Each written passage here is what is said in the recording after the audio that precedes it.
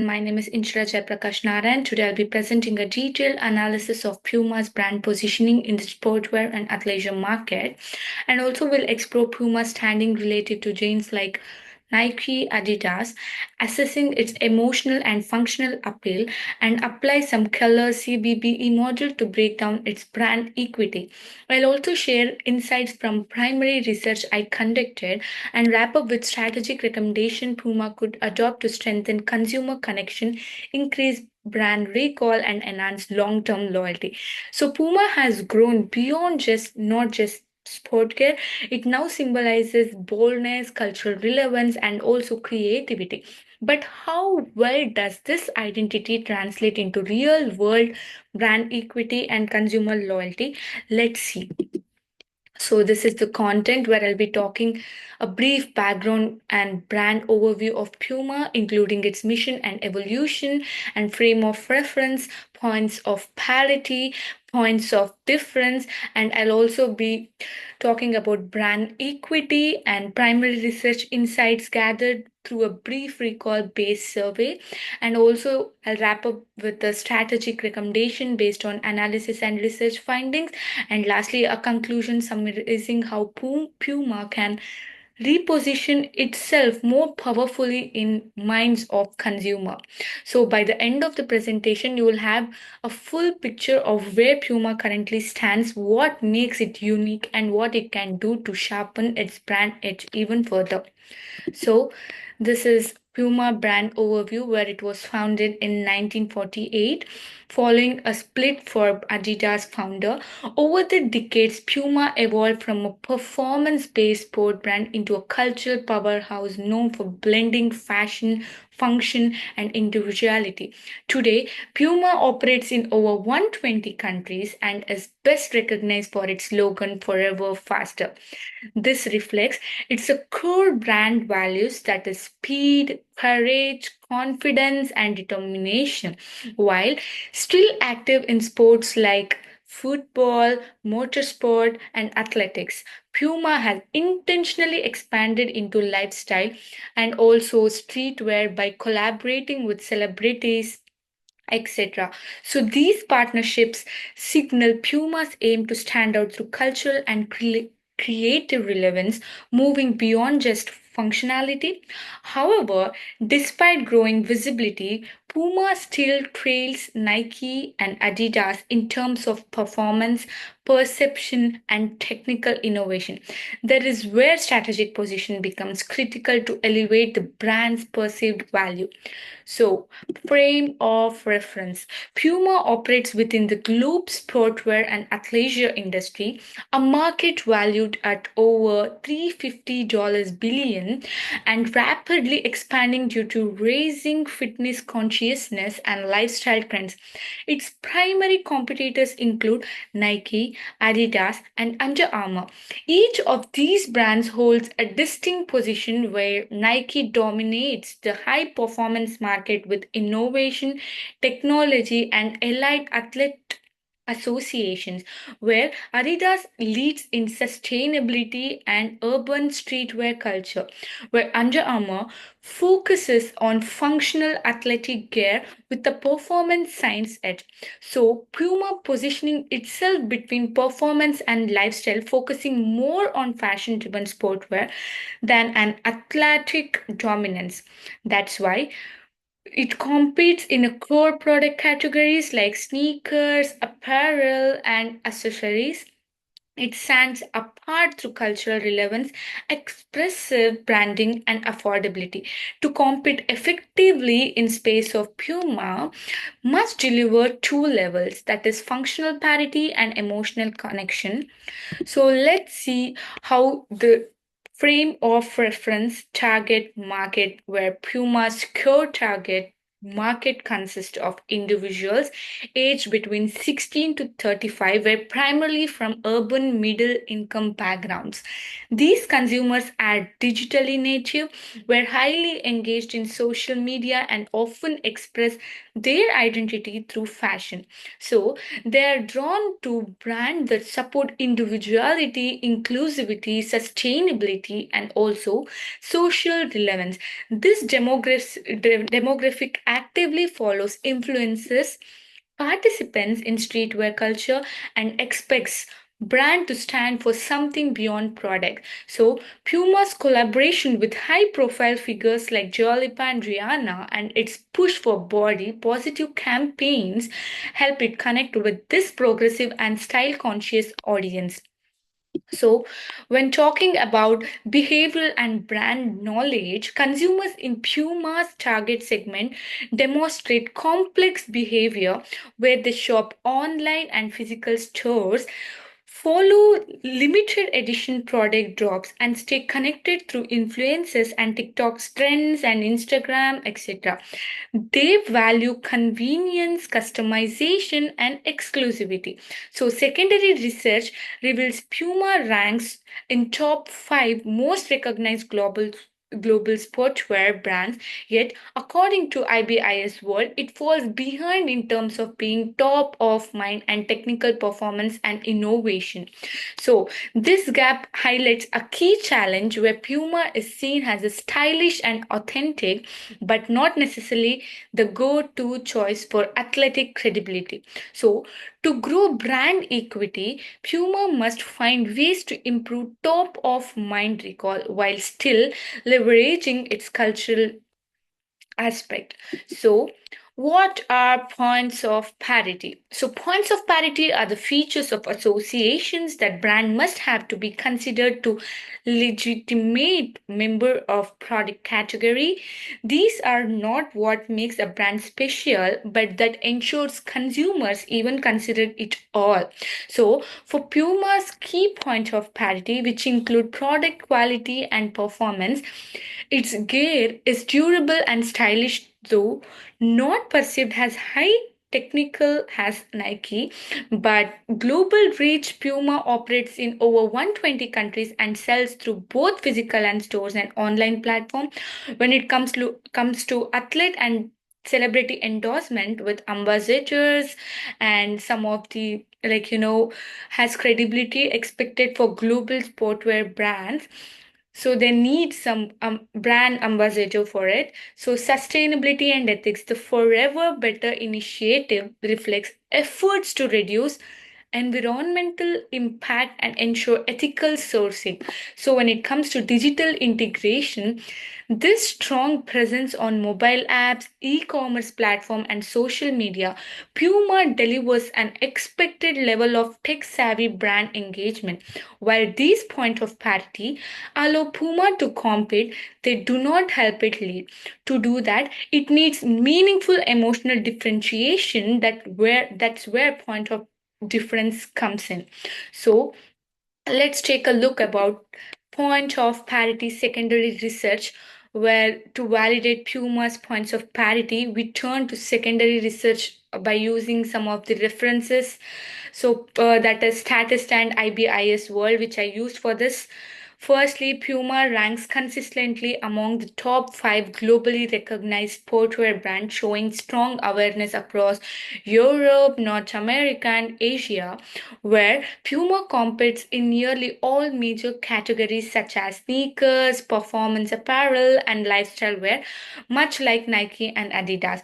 When it comes to sustainability reporting, Puma's Forever Better program includes using recycled materials, reducing emissions, and sustainable sourcing aligning with industry norms. When it comes to endorsement, Puma sponsors top tier athletes and also with the pop culture icons like Dua Lipa, creating credible crossover appeal. When we talk about digital and retail infrastructure, the Puma's e-market platforms, partnerships with major retailers and tech integrations like AR based try once reflect its competitiveness in digital commerce. So these findings confirm that Puma successfully meets the industry baseline expectation, but point of parity are not enough with market preference. This is where points of difference become very crucial. So this is point of parity according to Keller's criteria. where relevance, do customers find these attributes meaning in product category, or credible? When you talk about credibility, does the brand have legitimacy to delivering them? When it come talk about competitiveness, are they on par with what competitors offer? So Puma checks these boxes in terms of quality, global presence, endorsement, and sustainability. It earns the right to compete in the sportwear space. However, meeting expectations is no longer enough today's consumers, where they look for unique emotional and lifestyle resonance. For Puma, to lead, it needs to go beyond being good enough and instead cultivate a brand identity that feels irreplaceable. So, let's talk about point of difference. So I'll give a brief about point of difference, where Puma has positioned itself as a culturally expressive, fashion forward, and inclusive brand. It does not directly compete with Nike's elite performance positioning or Adidas sustainability driven innovation. Instead, Puma builds its identity on artistic collaborations, affordability with style, inclusive messaging. So, collaboration partnerships with Rihanna and now even creative influencers have helped Puma associate itself with self expression and individuality. So, when talking about affordability with lifestyle or style, Puma's pricing strategy is more accessible than its two main competitors while still offering bold street ready fashion. So, inclusive messaging is from gender neutral apparel and body positivity campaigns. Puma communicates values that resonate deeply with Gen Z and audiences. So these are some of the point of difference competitor contrast, where Puma, Nike, Adidas are like points of difference. Nike is known for elite performance, technical innovation, and aspirational storytelling. It appeals to athletes and those who want to associate with excellence, where Adidas combines functionally with eco consciousness and urban fashion, often lead sustainability initiatives in the industry. So, Puma, by contrast, focuses on creativity, inclusivity, and also self expression. Its identity isn't built around being the most innovative or sustainable, but the most culturally in tune. So, this means Puma appeals to consumers who view fashion as personal statement. It connects with youth through campaigns that reflects real voice, and also it communicates with communities and inclusive ideals. Instead of being a symbol of competition, Puma is badge of confidence, boldness, being different. So to make this positioning effective, Puma needs to consistently communicate this identity in its product lines, marketing, and collaborations. So this is the brand equity according to Keller CBB model. Firstly, let me talk about salience. Puma has solid brand recognition, but its top of mind recall is limited. So it's recognized, but not always the first brand consumers think of. When we talk about performance, it delivers well in lifestyle and fashion based apparel, but is perceived as average in elite sports performance. When it comes to imagery, Puma has strong positive imagery. It's seen as a stylish, inclusive, bold, and modern. So, celebrity collabs boost its aspirational tone. So, lastly, the judgments, feelings, and resonance.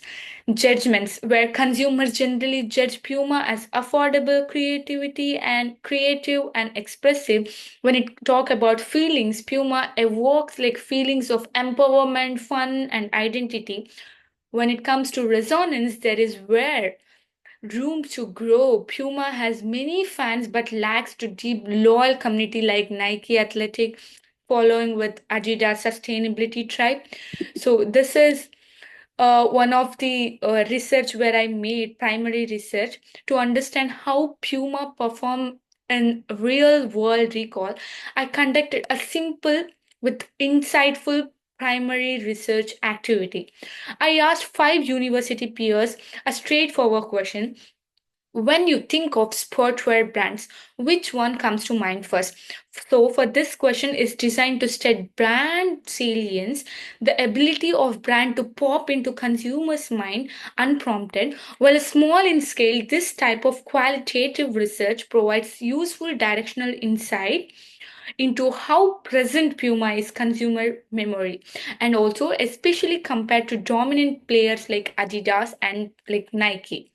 This form of recall based questioning is essential in brand analysis because if a brand isn't top of mind, it may lose out the point of purchase.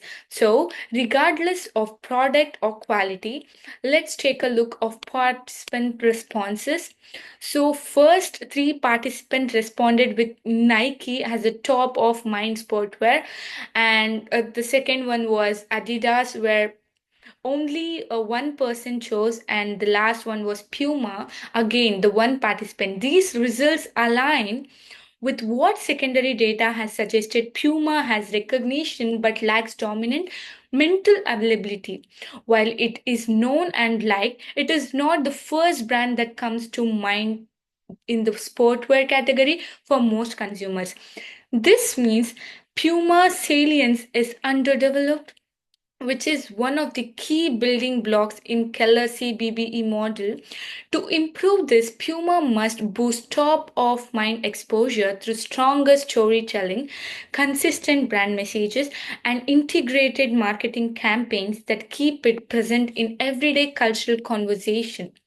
So, this is brand equity summary. For our earlier, as we have seen in an earlier analysis, we can summarize Puma's brand equity performance like as follows. It performed very well in brand imagery. Puma is bold, creative, youthful fashion. It delivers emotional appeal through inclusive messaging and cultural relevance. However, it struggles with the brand salience. Puma is not always first choice. So, this is the brand positioning according to the graph. Puma current position can be described as style meets sport, unlike Nike, which owns high performance athleticism, or Adidas, which merges sport and sustainability. Puma occupies a unique middle ground where fashion and self expression intersect with athletic wear. Its brand identity is defined by cultural relevance through celebrity collabs, a more affordable price point. It is bold, youthful, expressive design, inclusive, and creative brand messaging. To improve its positioning further, Puma needs to reinforce its identity, align storytelling, amplify its cultural ties. So, these are the four strategic recommendations to strengthen its brand equity. Firstly, it is own the style and cultural space. Puma already has roots to creative expression. It should deepen this by collaborating with emerging talent, not just celebrity across art, dance, street, fashion, and underground music. So, ignite the female market. Women's activewear is fast growing segment. Puma must prioritize inclusive sizing, gender neutral products, and empowering campaigns led by diverse female voices. So, partnering with rising female athletes, artists, or entrepreneurs can help Puma stand for a modern femininity, for strength, ambition, and authenticity. So, third one is reframe innovation through storytelling. Instead of promoting features like lightweight, foam, or breathable mesh, Puma should tell story behind each design. For example, this sneaker supports local youth art programs, or this colorway celebrates breakdance culture. This emotional layer will drive deeper engagement. So, the last strategy I would give is launch pop up stores and AR experiences, which means experiential, marketing resonates with Gen Z. Puma could create temporary interactive stories or cultural labs in youth dense cities. So AR filters, which digital try-ons, and social media challenges could transform product engagement in shareable, immersive experience. Together, these initiatives align with Puma as an expressive cultural DNA and help build the emotional resonance needed to elevate brand equity. So, this to conclude with, Puma is a respected global brand that embodies boldness, style, creativity. It resonates strongly with youth culture but has yet to achieve the deep loyalty and top mind salience that competitors like Nike and Adidas command. To move from being cool alternative to a brand choice, Puma must strengthen top of mind visibility through clear, consistent messaging. So, build emotional resonance through storytelling and community, or own its cultural self expression and inclusive design. So, Puma doesn't need to beat Nike performance but or Adidas at sustainability. It needs to lead in authenticity, creativity, and culture. That's how I can truly become a go-to brand to expressive empowered consumers worldwide. So these are the reference